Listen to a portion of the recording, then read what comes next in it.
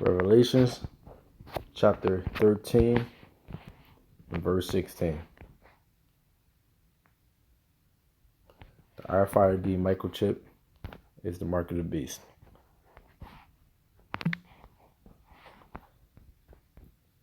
And verse 16. And he causes all, both small and great, rich and poor, free and bond, to receive a mark in their right hand or in their foreheads, and that no man might buy or sell, save he that had the mark, or the name of the beast, or the number of his name. The mark of the beast is the RFID microchip.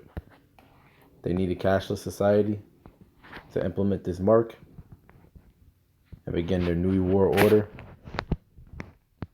so that the Messiah can come back, whose name is Yahweh Shai.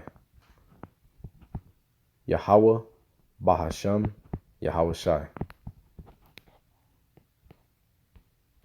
In my administration, we will ensure that this system is in place.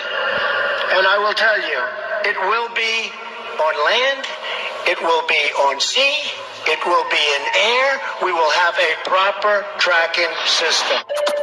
Let me ask you at home, and even the guys here in the studio, a question. Let's say your boss offered you an easier way to log onto your computer in the morning, or bypass having to get change for the vending machine, or even get through a secure door by having a microchip planted in your hand. Anyone? Yes? Anyone? Yeah, well, it's apparently happening, and not everybody's happy about the idea.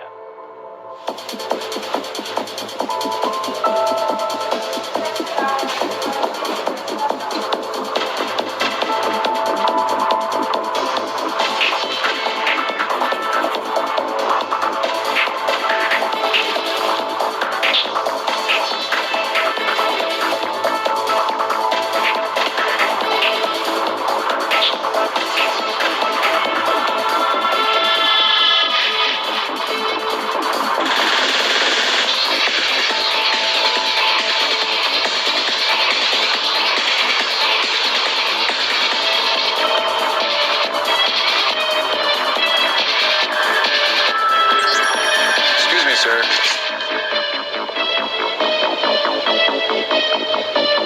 Forgot your receipt. Checkout lines. Who needs them? Have a nice day. This is the future of e-business. I'm stunned to hear that that's actually something that's being considered now. I mean, that sounds so science fiction. Days of overstuffed wallets in your back pocket or purse might soon come to an end.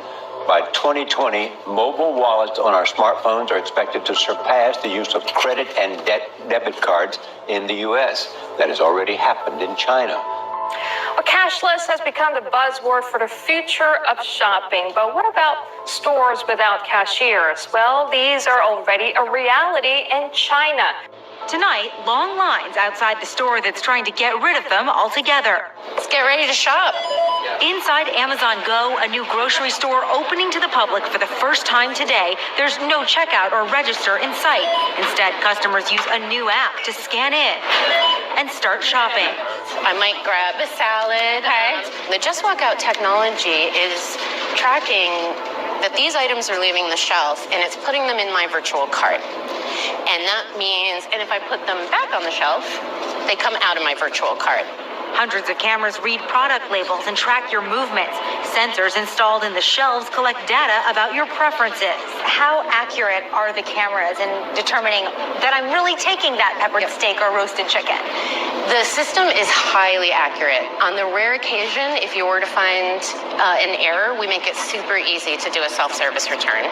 Customers leave without checking out, and their Amazon account is automatically charged. As for workers who may have been cashiers, we've simply decided to allocate them to different kinds of tasks. Amazon recently bought Whole Foods, but says there are no plans to install this technology in those stores. If Amazon can perfect this method of checking out, I think it could send a strong signal to other grocers that they need to step up their game in providing convenience to consumers. A race to win your wallet, even if it never leaves your pocket. Fast retail sector is forecast to grow to $10 billion by 2020, which is 3 times that of 2017. And this retail concept will also become the latest battleground for the country's tech giants like Tencent and Alibaba. Valerie Tan has more from Shanghai. If you live in China, basically, you cannot live without WeChat. It is your to-go app for everything, including opening doors.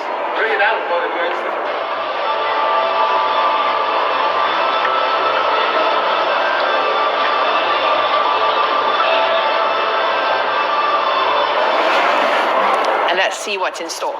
Good morning. So when I moved here to China a couple of months ago, I kept getting funny looks every time I would pull cash out of my wallet to pay for things. And then I got one of these. It's a code on my phone, and now I can basically buy anything here in China. When you pay for something, how do you pay for it? Mobile phone. On the streets of Beijing, cash is definitely not king. What do you think of people who use cash to pay for things? That's rare and weird, he says. Only the elderly and people who don't know how to use a phone pay cash. This woman says, I rarely take my wallet when I go out, just my phone. That's because those phones can buy just about anything, from clothes in the store to steamed buns on the street. They're used to pay for bike rides and bus rides, rent and utility bills. When was the last time you used cash? A month ago? Wow, that's a long time. WeChat and Alipay dominate China's mobile market, and payments on their platforms totaled more than $5.5 trillion last year, a 200% jump from the year before. Well, it's experimental, so we can't be sure of what's going to happen. But you know me, I'm an experimental type of guy, so I would go along with it just when it comes to work, nothing else, hey? But basically, what this company is doing, they're trying this out, and I've got to tell you, this is RFID technology. That probably doesn't mean a lot to anybody at home. That's the same technology we have in our badges that we use to get into work. So there's a company in Wisconsin. They're giving employees the option, and about 50 out of the 80 employees have opted to do it. So they can, instead of using the badge or instead of using their phone to buy something at the vending machine or instead of using a credit card, they just have a little chip inserted into their hand right there between the thumb and your pointer finger. It's done by either a tattoo artist or someone who has a license to do piercings put in that way. And it's really just the same technology that we're using inside other devices, only you can't lose it. The president was in Tampa, Florida last night for a rally ahead of the state's primary this month. Mr. Trump pushed for voter ID by making an erroneous comparison with grocery shopping. You know, if you go out and you want to buy groceries, you need a picture on a card. You need ID. You go out and you want to buy anything, you need ID and you need your picture. Hi there, how you doing? I am wonderful. I am so sorry. That flight is canceled. No. Customer incident at the other end. What? So when is the next flight? Yeah, they're all kind of full. I booked this weeks ago. It's my best friend's wedding. I'm sorry. I have to get there. I have to. Okay, let's see what we can do. Thank you.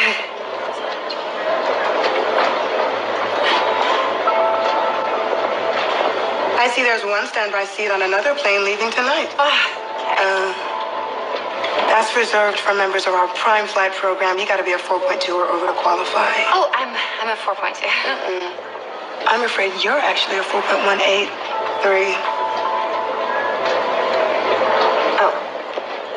Well, that's not my fault. Some woman dinged me down in the couch. Can't you just... I'm sorry, it won't let me book it without the correct ranking. But it's so close. There's just nothing I can do. Christ, I mean, surely. I'm gonna have to ask you to moderate your language then. Sorry, it's just... I'm maid of honor. I cannot miss this wedding. And I am so sorry about that.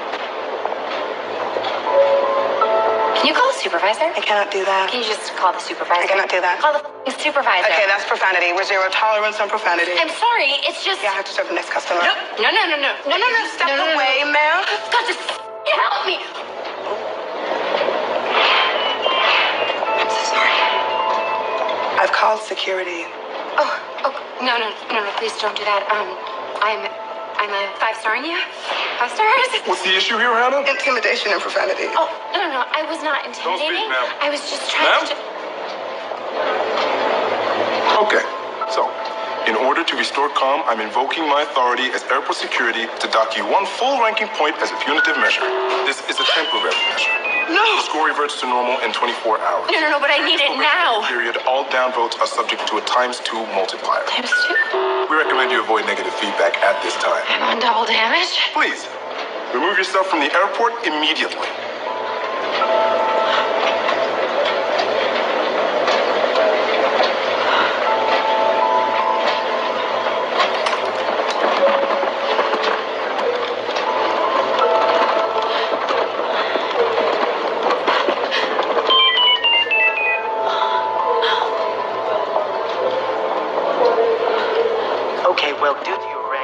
China plans to give all of its 1.4 billion citizens a personal score based on how they behave. Ben Tracy is in China with what's behind the government's scoring system. Good morning. The government here says it is trying to purify society by rewarding those who are trustworthy and punishing those who are not. So like the credit score that most Americans get for how they handle their finances, Chinese citizens are now getting social credit scores based on everything from whether they pay their taxes on time to how they cross the street. When Leo Hu recently tried to book a flight, he was told he was banned from flying because he's on the list of untrustworthy people. Leo was a journalist who was ordered by a court to apologize for a series of tweets he wrote and was then told his apology was insincere. I can't buy property. My child can't go to private school, he says. You feel you're being controlled by the list all the time. And the list is now getting longer, as every Chinese citizen is being assigned a social credit score, a fluctuating rating based on a range of behaviors. It's believed that community service and buying Chinese-made products can raise your score. Fraud, tax evasion, and smoking in non-smoking areas can drop it. If a score gets too low, a person can be banned from buying plane and train tickets, real estate, cars, and even high-speed internet. It's a good thing, this woman says. There should be punishment for people who can't behave. China's growing network of surveillance cameras makes all of this possible. The country already has an estimated 176 million cameras, and it plans to have more than 600 million installed by 2020. It can recognize more than 4,000 vehicles. Xu Li is the CEO of SenseTime, one of China's most successful artificial intelligence companies. It has created smart cameras for the government that can help catch criminals, but also track average citizens. This knows every person, every bike, every car, every bus. In several big cities in China, including here in Shanghai, the government is even tracking jaywalkers. Cameras record them going through intersections, zero in on their face, and then publicly shame them on nearby video screens. Now, there are upsides for people the Chinese government considers trustworthy. They can actually get better interest rates at banks, they can get discounts on their energy bills, and China's largest online dating site reportedly even boosts the profiles of people with high social credit scores. There you have it. Okay. They want to track everyone. They want to track you and your family. They want to know what you guys are doing at all times. All right. And, you know, even though you saw that in China, it's influenced by Esau. All right. Because the banking elites that control the world in these different countries and different nations, all right, they tell them what to do. All right. That's why there's an American embassy in every damn country that pretty much matters, so to speak. All right. That's why they ruled the UN. And people are getting tired of it. You know? So the RFID microchip is the mark of the beast. It's the way for them to track you. All right. A consensus. All right. Which we know the Heavenly Father is totally against a census. All right. And counting people and invading their privacy. You know, this is this type of personality that Esau has. They're an eyes in the sky ass niggas, man. You know, so with that, I want to give all praise and glory and honor to Yahweh, Baal Hashem, Yahweh Shai, Baal Hashem Rakar Kodash, double honors to my apostles and elders of Great Millstone, who rule well, and peace and salutation to the hopeful elect out here pushing this truth and not afraid to do so. Shalom.